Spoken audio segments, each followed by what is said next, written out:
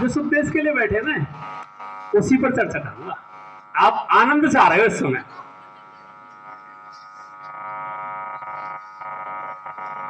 तो हर गरीब के मन में एक ही भगवान से प्रार्थना रहती है, हे भगवान हमको गरीब क्यों बना दिया।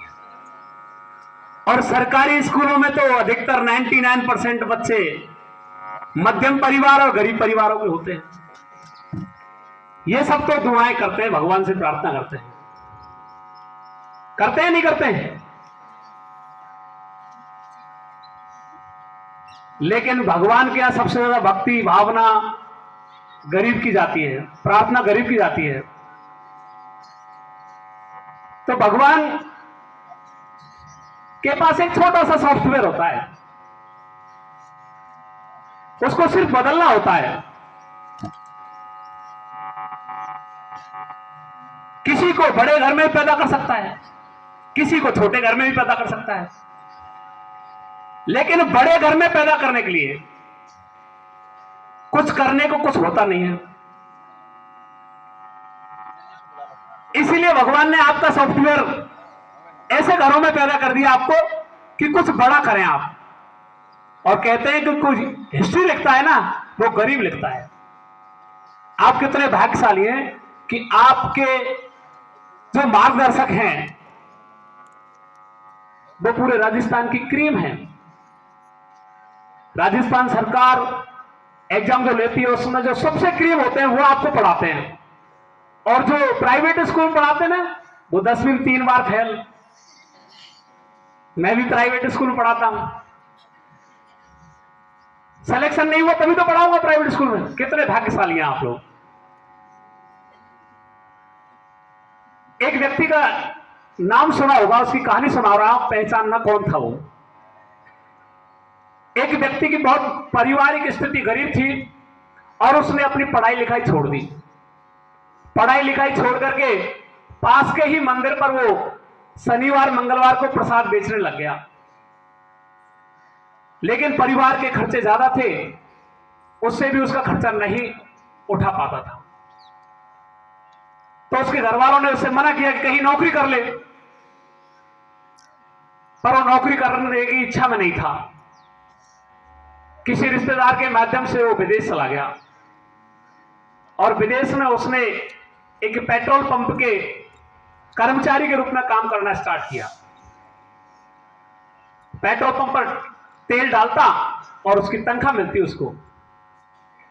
लेकिन उसकी नित्य की एक अलग ही क्रिया थी, वो आप कर सकते हो सब लोग, क्योंकि आप उस जैसे ही परिवार के हो। सारे कर्मचारी पेट्रोल पंप की कैंटीन पर पास की ही होटल पर चाय पीते और वो वीआईपी होटल में चाय पीने जाता। सारे कर्मचारी 5 पैसे की चाय पीते थे, वो 1 रुपए की चाय पीता था। सारे लोग उससे पूछते कि तेरी स्थिति आर्थिक रूप से बहुत खराब है, तू हमारे साथ चाय क्यों नहीं पीता है, तू इतनी बड़ी होटल में चाय पीने जाता है। तो उसने जवाब दिया कि मैं गरीब घर का बच्चा हूं, मुझे कुछ बड़ा करना है। और बड़ा कब होगा, जब मैं बड़े लोगों में बैठूंगा। उस होटल में भारत के उद्योगपति, अमेरिका के उद्योगपति, कनाडा के उद्योगपति, विश्व के टॉप उद्योगपति आते हैं और वो चाय पीते हैं और चाय पीते पीते बड़ी बिजनेस की बात करते हैं। मेरा वो सपना है। वो सब लोग देखते रह गए। उसने अपने काम में इतनी दक्षता हासिल की कि धीरे धीरे जल्दी ही पूरे पेट्रोल पंप का मैनेजर बन गया और उसकी सोच बढ़ती गई।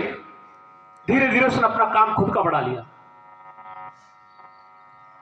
वहां फिर भी उसको संतुष्टि नहीं मिली। उसने अपने रिलेटिव से जुड़ करके वहां की चांदी को यहां खरीद करके यहां सिक्के बनाता, यहाँ के सिक्कों की ज्यादा वैल्यू थी और वहां ट्रांसफर करता।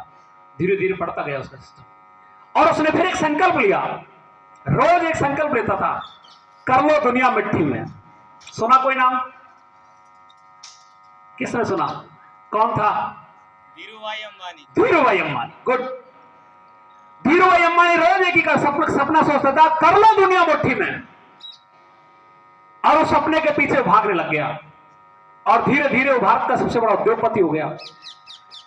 लेकिन पूरी दुनिया को मुट्ठी में नहीं कर पाया और इस दुनिया को छोड़कर चला गया। 2 बेटे थे उसके। उस समय आज से 20 साल पहले टेक्नोलॉजी क्षेत्र ज्यादा बढ़ रहा था। दोनों भाइयों में विवाद हुआ।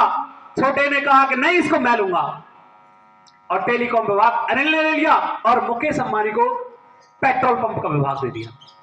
और उनमें शर्त रही कि 10 साल तक कोई किसी के सेक्टर में नहीं जाएगा। मुकेश अंबानी 10 साल तक किसी के सेक्टर में नहीं गया। समय बदलता गया, 10 साल पूरी हुई, मुकेश अंबानी ने घोषणा कर दी कि मेरे पिता का जो सपना था, कर लो दुनिया मुट्ठी में, मैं उसको पूरा करने जा रहा हूं। और उसने पूरे भारत में एक आग लगा दी कि रिलायंस जियो फ्री। जो लोग मोबाइल देखना नहीं जानते थे, हर जगह चर्चा हो रही है मोबाइल दुरुपयोग हो रहा है, दुरुपयोग हो रहा है, दुरुपयोग। जो लोग मोबाइल से जानते, मोबाइल का नाम नहीं जानते थे।